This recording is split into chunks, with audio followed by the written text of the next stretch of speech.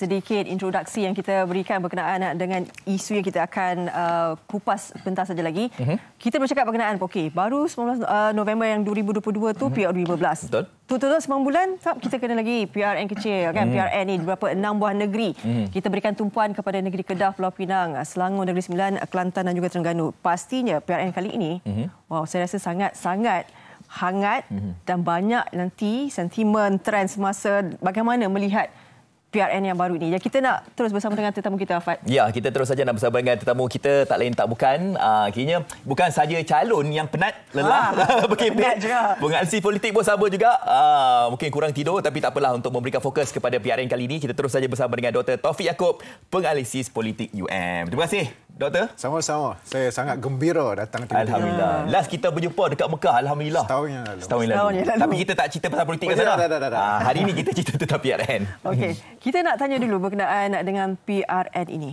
Kita tahu walaupun 6 buah negeri, tapi ini adalah satu sejarah juga apabila 6 buah negeri ini dilakukan secara serentak dan berasingan daripada PRU yang lalu. Bagaimana doktor melihat PRN ini? Adakah ia akan mengubah persepsi ataupun mengubah corak trend semasa nanti? Ya, terima kasih Fad. Kita lihat sebenarnya politik negara ini sangat dinamik.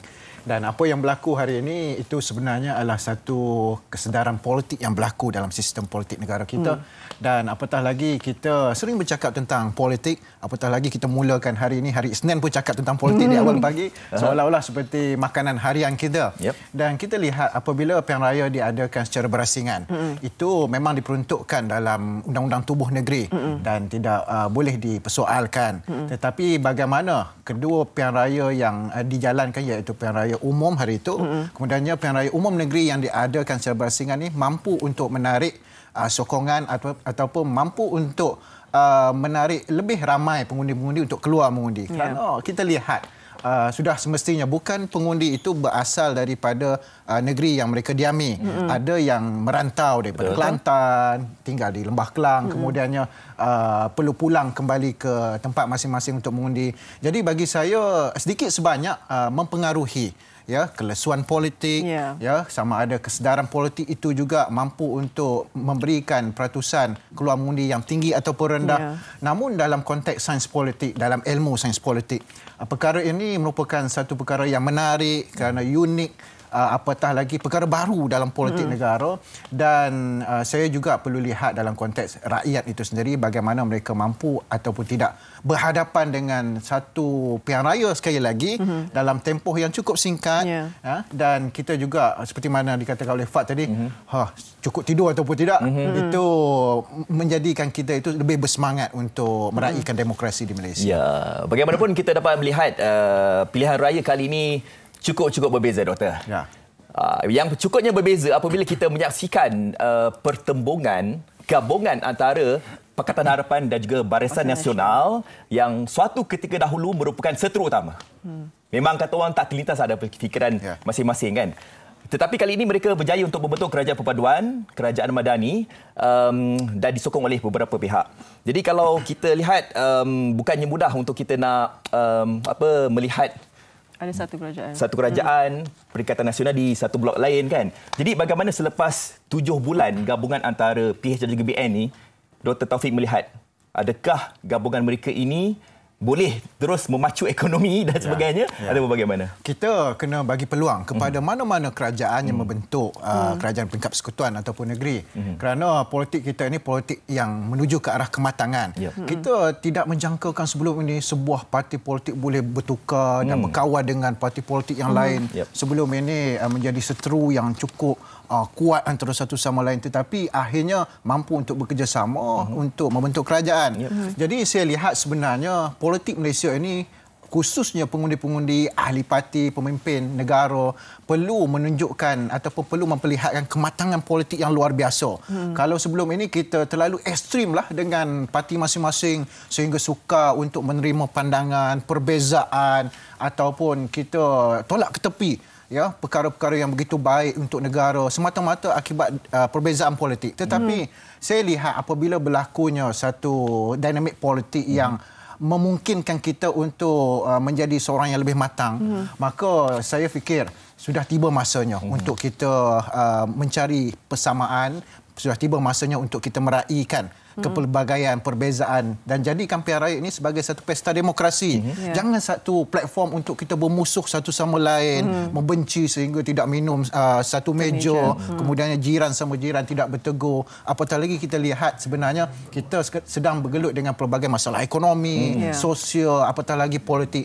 Jadi dalam konteks politik Malaysia hari ini, kita bukan sahaja menggandingkan orang veteran, kemudiannya pengundi muda, pengundi wanita, tapi pada waktu yang sama kita kena lihat bahawa politik ini sebagai satu asas untuk kita membina negara. Baik. Doktor menyebut tadi bagaimana menggabungkan pengundi muda, veteran, wanita dan sebagainya. Okay, kita nak menyebut berkenaan dengan pengundi muda. Okey, difahamkan untuk PRN ini akan datang 661,905 pengundi muda dan juga merupakan kali pertama akan mengundi, kan?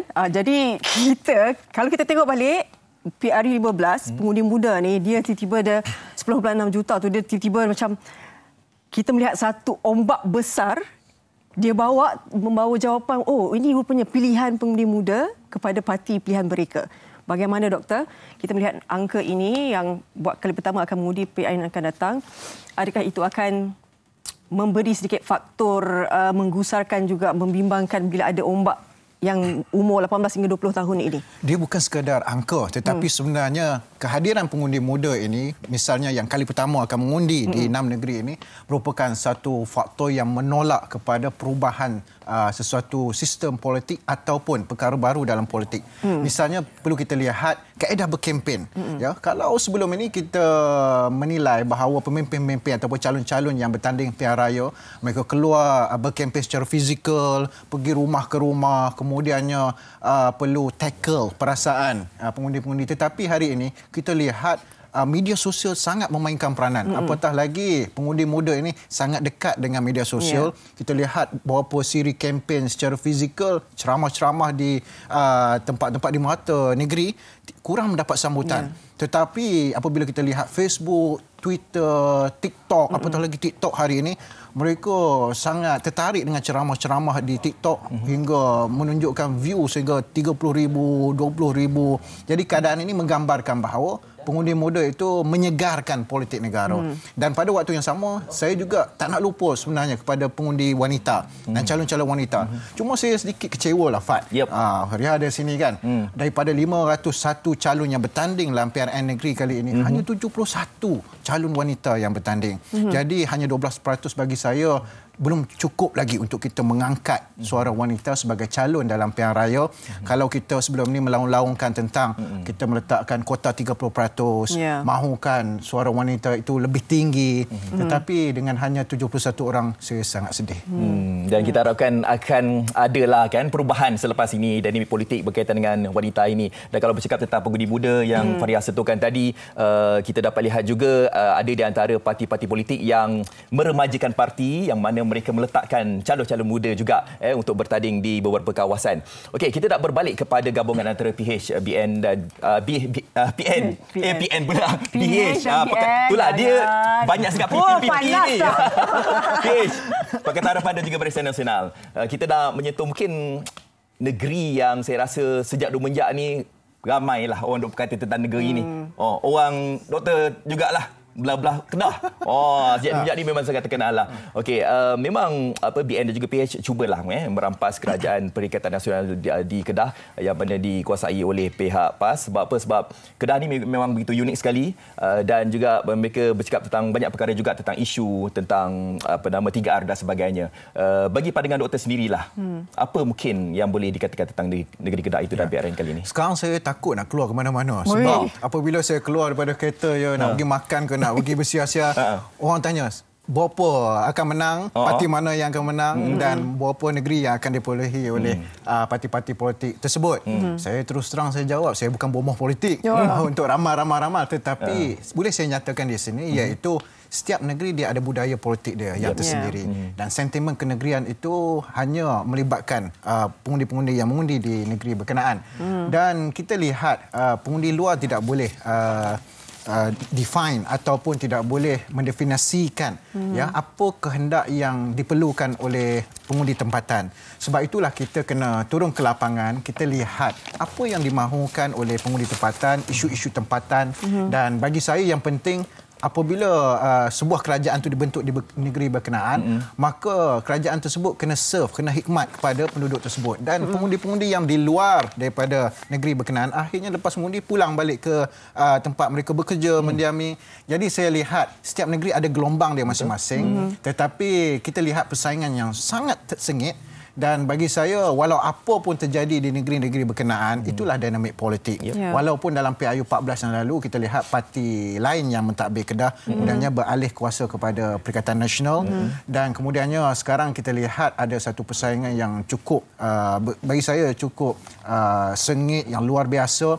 Dan setiap negeri dia ada figura politik dia. Dan kita jangan nafikan bahawa setiap figura politik itu dia ada kekuatan dia masing-masing.